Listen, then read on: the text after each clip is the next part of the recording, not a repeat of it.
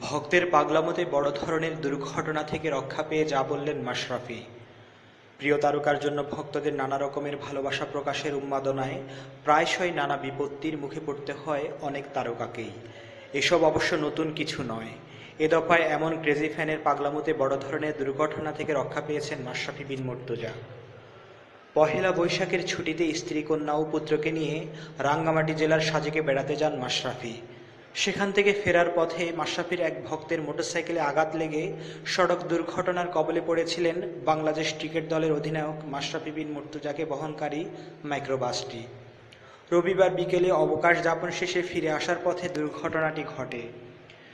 বিষয়টি নিশ্চিত করে মাশরাফির এক ঘনিষ্ঠ সূত্র জানিয়েছে, মাশরাফির এক ভক্ত তাকে এক ঝলক দেখার জন্য মোটরসাইকেলে করে পিছু নেন।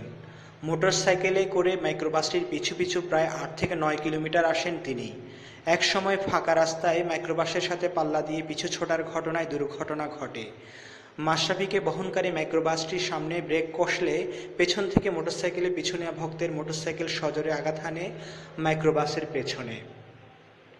এ সময় মোটরসাইকেলের ধাক্কায় মাইক্রোবাসের পেছনের কাঁচ ভেঙে যায়।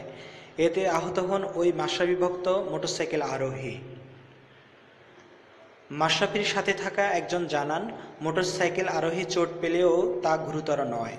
মাশরাফিও রয়েছেন অক্ষত অবস্থায়, তবে মাইক্রোবাসের পেছনের কাঁচ ভেঙে গিয়েছে।